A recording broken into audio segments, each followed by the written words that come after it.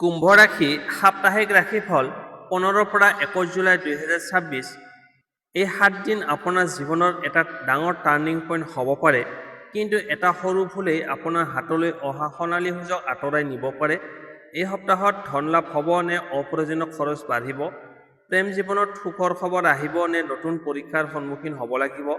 চাকৰি আৰু ব্যৱসায়ত কি নতুন সুযোগে অপেক্ষা কৰি আছে? এই ভিডিঅ'টোত আমি আলোচনা কৰিম ধন সম্পত্তি, প্ৰেম আৰু দাম্পত্য জীৱন, কৰ্মজীৱন, স্বাস্থ্য, শিক্ষাক্ষেত্ৰ, লগতে জনাম শুভ তাৰিখ, শুভ সংখ্যা, শুভ ৰং আৰু এই সপ্তাহত কোন ভুল একেবাৰেই নকৰিব। গতিকে ভিডিঅ'টো শেষলৈকে নিশ্চয় চাই থাকক, কাৰণ শেষৰ অংশত আছে এটা বিশেষ প্ৰতিকাৰ যিয়ে আপোনাৰ বাবে ইতিবাচক পথ দেখুৱাব পাৰে।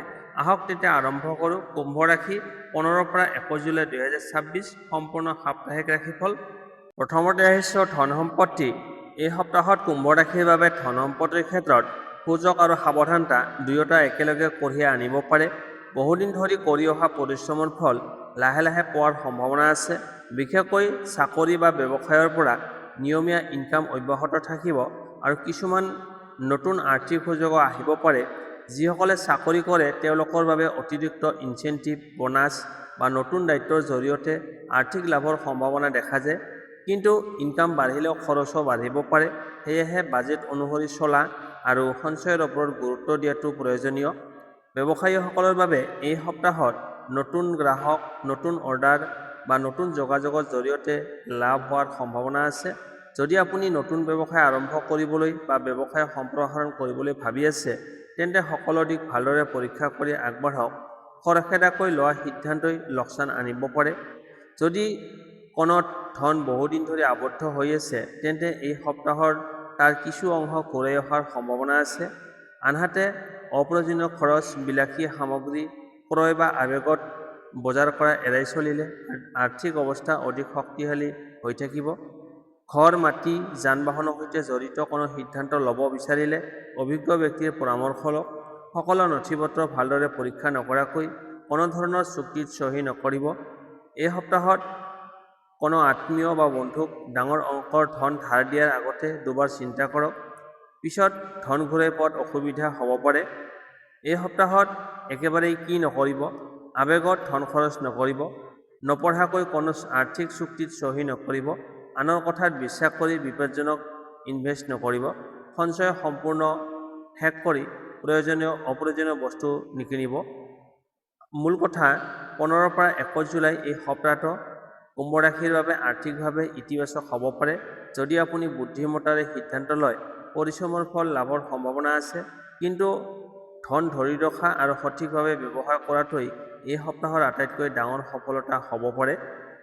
এতিয়া আহিছোঁ প্ৰেম আৰু দাম্পত্য জীৱন। 15 পৰা 21 জুলাইলৈ এই সপ্তাহটো কুম্ভ ৰাশিৰ প্ৰেম আৰু দাম্পত্য জীৱনৰ বাবে আৱেগ, বুজাবুজি আৰু বিশ্বাসৰ পৰীক্ষাৰ সময় হ'ব পাৰে। যদি আপুনি ধৈৰ্য আৰু শান্ত মন বজাই ৰাখে, তেন্তে বহু সমস্যাৰ সমাধান সহজে ওলাই আহিব। যিসকল অবিবাহিত তেওঁলোকৰ বাবে এই সপ্তাহত নতুন কোনো ব্যক্তিৰ সৈতে পৰিচয় হোৱাৰ সম্ভাৱনা আছে। এই পৰিচয় বন্ধুত্বৰ পৰা লাহে লাহে গভীৰ সম্পৰ্কলৈ আগবাঢ়িব পাৰে। কিন্তু কেৱল বাহ্যিক আকৰ্ষণ দেখি তৎক্ষণাত সিদ্ধান্ত নল'ব। প্ৰথমতে মানুহজনৰ স্বভাৱ, চৰিত্ৰ, উদ্দেশ্য ভালদৰে বুজিবলৈ চেষ্টা কৰক। যিসকল ইতিমধ্যে প্ৰেমৰ সম্পৰ্কত আছে তেওঁলোকৰ বাবে সংগীৰ সৈতে অধিক সময় কটোৱাৰ সুযোগ আহিব। বহুদিনৰ ভুল বুজাবুজি বা অভিমান থাকিলে এই সপ্তাহত খোলাখুলিভাৱে কথা পাতিলে সম্পৰ্কটো পুনৰ মজবুত হ'ব পাৰে। ইজনে সিজনৰ অনুভূতিক সন্মান দিয়াটো অতি প্ৰয়োজনীয়। বিবাহিতসকলৰ বাবে ঘৰুৱা দায়িত্ব অলপ বাঢ়িব পাৰে। টকা-পইচা, পৰিয়াল বা সন্তানৰ বিষয়ত লৈ মতানৈক্য হ'লেও শান্তভাৱে আলোচনা কৰিলে সমাধান ওলাই আহিব। খঙত কোৱা এটা কথাই সম্পৰ্কত গভীৰ আঘাত দিব পাৰে। সেয়েহে বাক্য ব্যৱহাৰত সংযম ৰাখক। এই সপ্তাহত সংগীৰ পৰা কোনো সুখবৰ বা বিশেষ সমৰ্থন লাভ কৰাৰ সম্ভাৱনা আছে। একেলগে সময় কটোৱা, সৰু ভ্ৰমণ বা পৰিয়ালৰ সৈতে আনন্দৰ মুহূৰ্ত সম্পৰ্কক অধিক মধুৰ কৰি তুলিব। যিসকলৰ সম্পৰ্কত তৃতীয় ব্যক্তিৰ হস্তক্ষেপ বা সন্দেহৰ সৃষ্টি হৈছে, তেওঁলোকে বাহিৰৰ কথাত সহজে বিশ্বাস নকৰিব। ইজনে সিজনৰ ওপৰত আস্থা ৰাখিলে সম্পৰ্ক অধিক শক্তিশালী হ'ব। এই সপ্তাহত একেবাৰেই নকৰিব।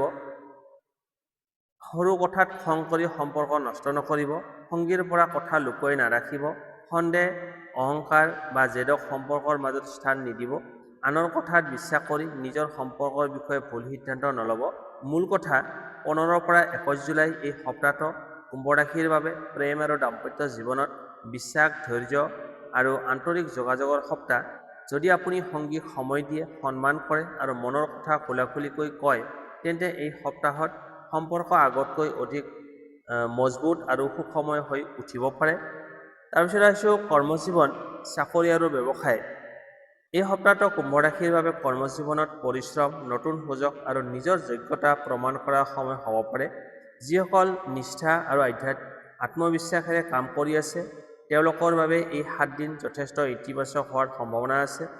চাকৰিয়ালসকলৰ বাবে ঊৰ্ধ্বতন বিষয়াসকলৰ পৰা নতুন দায়িত্ব বা গুৰুত্বপূৰ্ণ কাম আহিব পাৰে। প্ৰথমতে কামৰ প্ৰেছাৰ অলপ বেছি যেন লাগিলেও এই দায়িত্বই ভৱিষ্যতে পদোন্নতি বা প্ৰশংসাৰ পথ মুকলি কৰিব পাৰে। সেয়েহে কোনো কামক সৰু বুলি ভাবি অৱহেলা নকৰিব।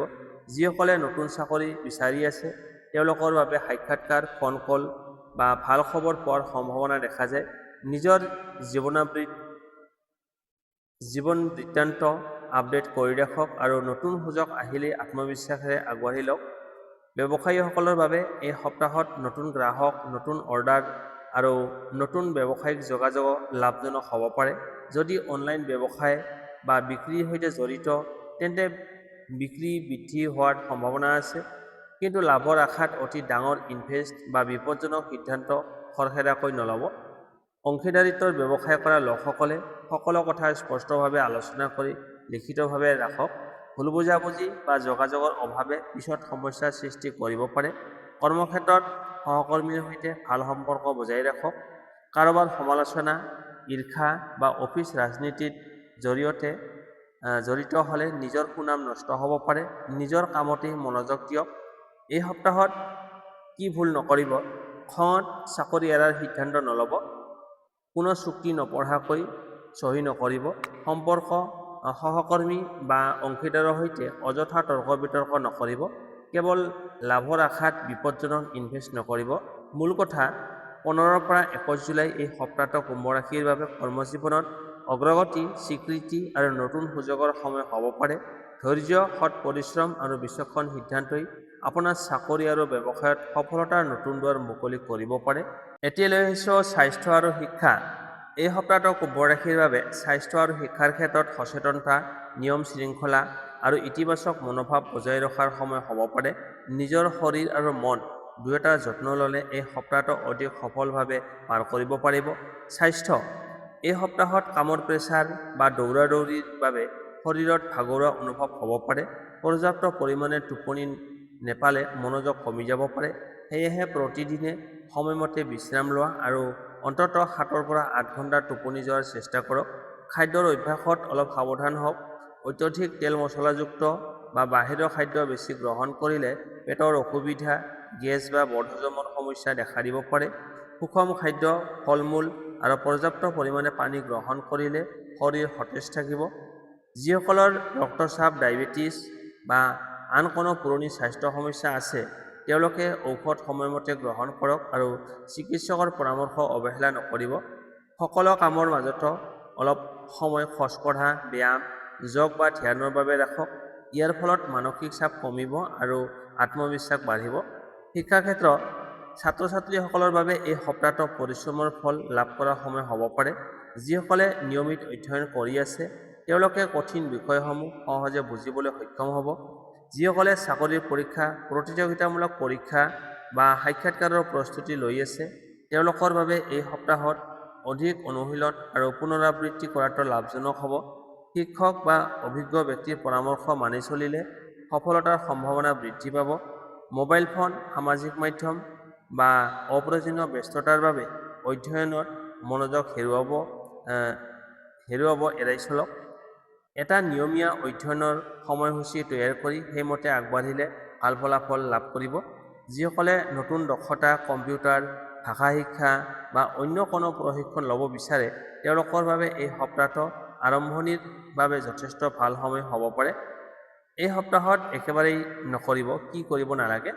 স্বাস্থ্যৰ সৰু সমস্যাকো অৱহেলা নকৰিব। অনিয়মিত টোপনি আৰু অনিয়মিত আহাৰ গ্ৰহণ নকৰিব। অতিৰিক্ত মানসিক চাপ নিজৰ ওপৰত নল'ব। পঢ়াৰ সময়ত মোবাইলত অপ্ৰয়োজনীয় সময় নষ্ট নকৰিব। মূল কথা, এই সপ্তাহত কুম্ভ ৰাশিৰ বাবে সুস্থ শৰীৰ আৰু একাগ্ৰ মনে সফলতাৰ মূল চাবিকাঠি হ'ব। স্বাস্থ্যৰ যত্ন লওক, নিয়মিত অধ্যয়ন কৰক আৰু ইতিবাচক চিন্তাৰে আগবাঢ়ক। তেতিয়াহে 15 পৰা 21 জুলাইৰ এই সপ্তাহটো আপোনাৰ বাবে সফলতা, আত্মবিশ্বাস আৰু ভাল ফলাফল কঢ়িয়াই আনিব পাৰে। এতিয়া আহিছোঁ শুভ তাৰিখ, শুভ সংখ্যা, শুভ ৰং আৰু প্ৰতিকাৰ। শুভ তাৰিখ 16 জুলাই, 18 জুলাই আৰু 21 জুলাই আপোনাৰ বাবে তুলনামূলকভাৱে শুভ হ'ব। এই দিনবোৰত নতুন কাম আৰম্ভ কৰা, গুৰুত্বপূৰ্ণ সিদ্ধান্ত লোৱা, সাক্ষাৎকাৰ, ব্যৱসায়িক আলোচনা বা ধন সম্পৰ্কীয় কাম কৰাৰ সম্ভাৱনা অনুকূল বুলি ধৰা হয়। শুভ সংখ্যা 4, 8 আৰু 11। এই সংখ্যাবোৰ এই সপ্তাহত আপোনাৰ বাবে শুভ শক্তিৰ প্ৰতীক হিচাপে গণ্য কৰা হয়।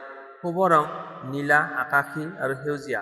এই ৰঙৰ পোচাক বা প্ৰয়োজনীয় সামগ্ৰী ব্যৱহাৰ কৰিলে ইতিবাচক মনোভাৱ আৰু আত্মবিশ্বাস বৃদ্ধি পোৱাৰ অনুভৱ হ'ব পাৰে।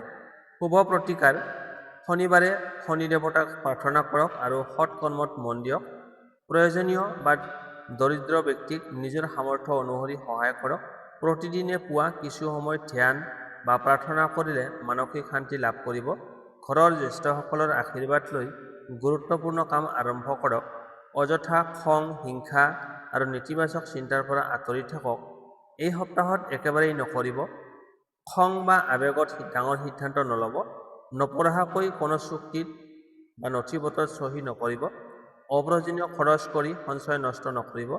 আনৰ কথাত বিশ্বাস কৰি নিজৰ সম্পৰ্ক বা কৰ্মজীৱনত ভুল সিদ্ধান্ত নল'ব।